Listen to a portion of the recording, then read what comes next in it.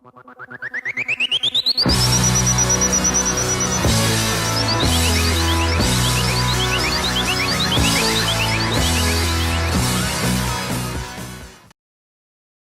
to WD5B, Italian menu. So far we formatted the top of this document. We just did the heading up at the top. We did soups, salads, and entrees. We did one time, we formatted the salads and formatted as a style called RH heading, and then applied it to soups, entrees, and I think that's the only other heading. Down here we're just going to format this one time. So those are our one style we did. We're going to make 4 styles altogether. Okay, so the second style we're going to be at number 9, and this one is a little review of last time. It involves, setting a tab, which, shouldn't be that bad. Number 9, I'm going to highlight this whole house salad line, and that's a paragraph. And another thing, if I go to my home tab, I should turn on my invisibles or my show hide button to see my formatting marks. These are your formatting marks, your returns, your spaces, your tabs. You can see there's a tab in here and there's a return, so that means it's a paragraph. That's why I can do a paragraph style. Even though it's one line, this is a paragraph. So I'm going to format this paragraph with the settings on number 9 and the instructions. First, going to make it green, and I'm using the second dark green here. So I made it green. Then I'm going to set a right tab, and we remember how to do that. You could do it over here on the ruler, or we could go here into our paragraph settings and go down to tabs, and that way it's a little easier just to type in the number. We don't have to move anything around. So I'll put in, I think 6.5 is the tab for number 9. And don't forget, it's a right tab and it has a leader.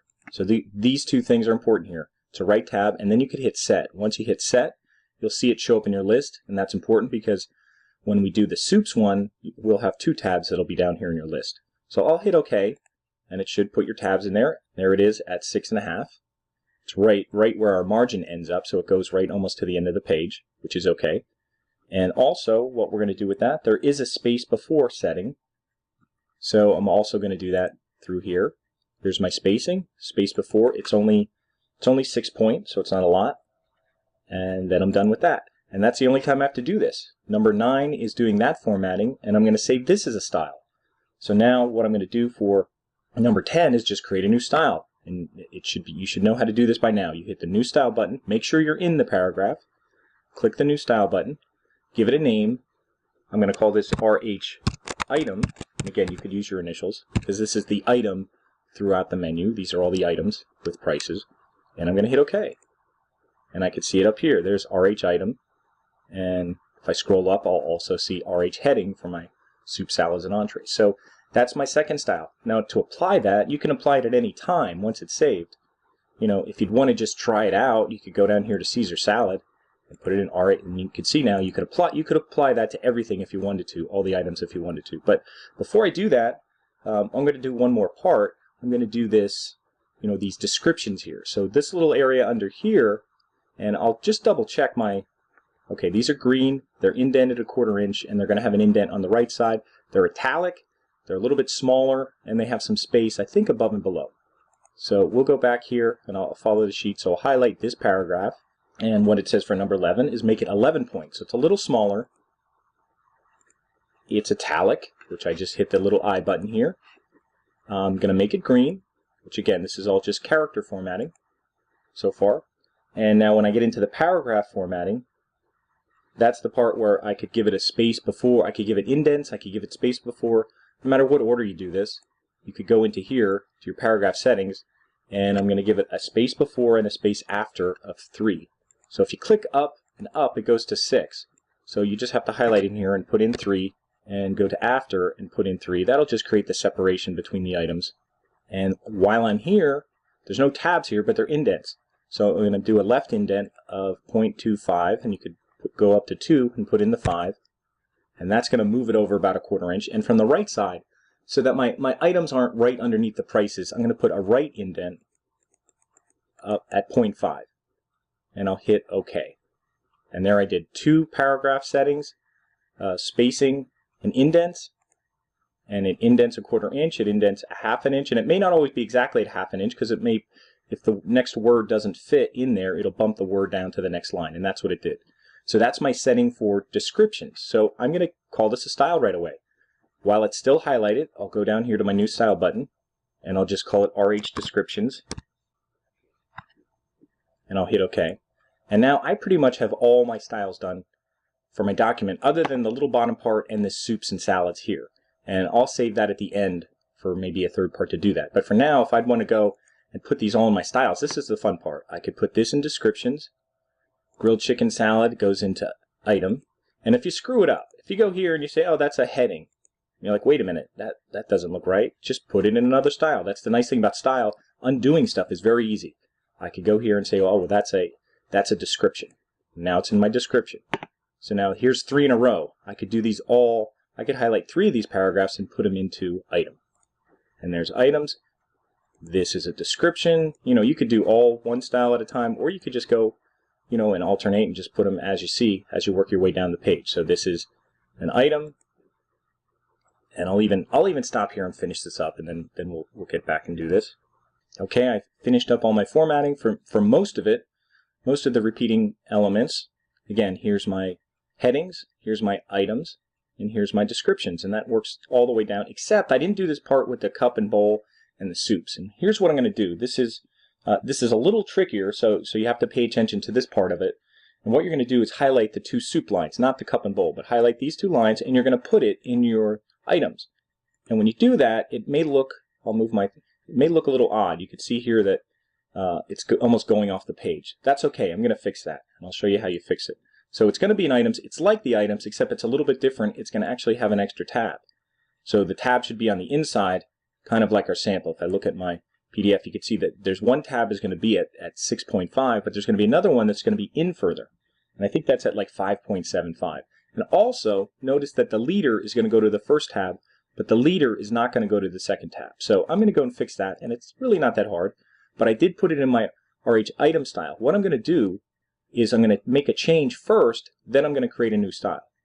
So what I'm going to do to make a change, I'm not going to modify this style because I'm actually going to make a local change to my text and then make a new style based on what I do. But I'm starting it off on items. So what I'm going to do here is I'm just going to go in to my tabs. I'm going to go into, you know, I could go into this way, go into tabs. And here I see my 6.5 tab. I already have that. I don't want to mess with that. I'm going to type a new one. And I could just type a new one right at the top. It's not going to replace that. This is the one at 6.5. This is where I put my new one. So I'm going to put a new one at 5.75. And that also is going to be a right tab. And that also is going to have a leader. And then I'm going to hit set. And now you can see there's 2 tabs in this list. And if you need to edit one of these tabs, you could just click on them. Here's my one tab at 5.75. It's right tab with a leader.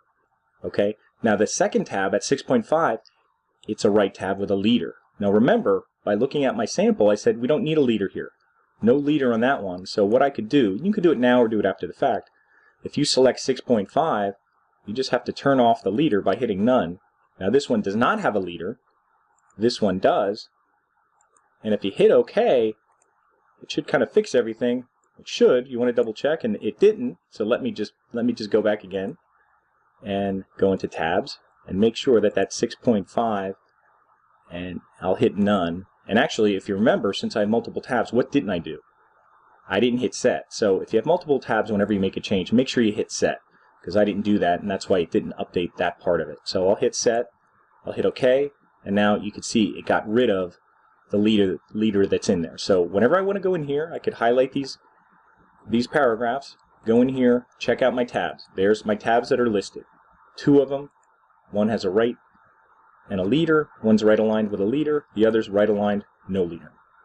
Okay, now what I'm going to do is make a style based on what I just did. I'll make a new style in case anything ever gets screwed up, even though I'm only doing this one time. So what I can do is hit the new style button. And this is a little different. It's going to be based on. See where it says based on here? It'll be based on RH item. And that's important because it'll inherit everything about RH item. So if I ever make a change to RH item, this one becomes like a child of that and will update as well. So it creates like a parent-child style. So if I change RH item to a different color, it would actually update this one too, which is kind of a nice thing.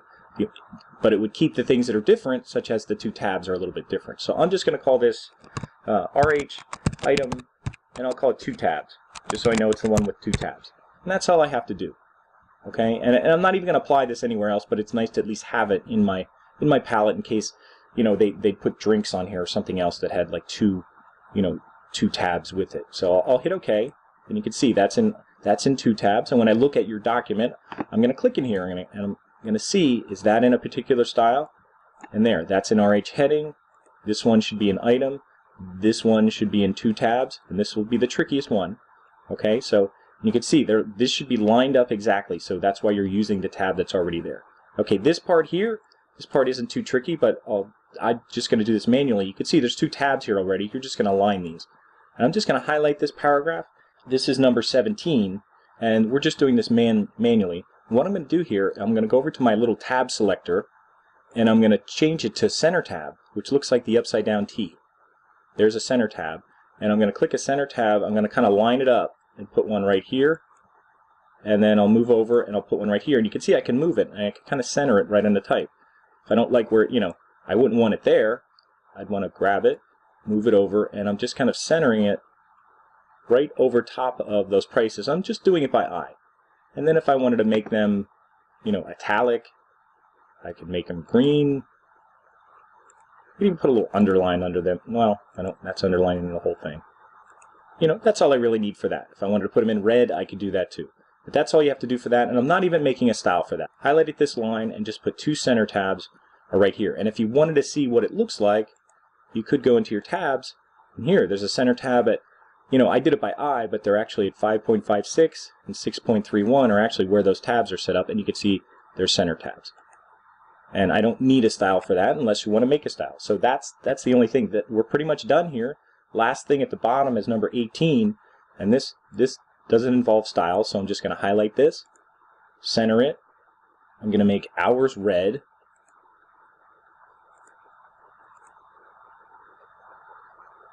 And you can make that, you know, you can make it bold.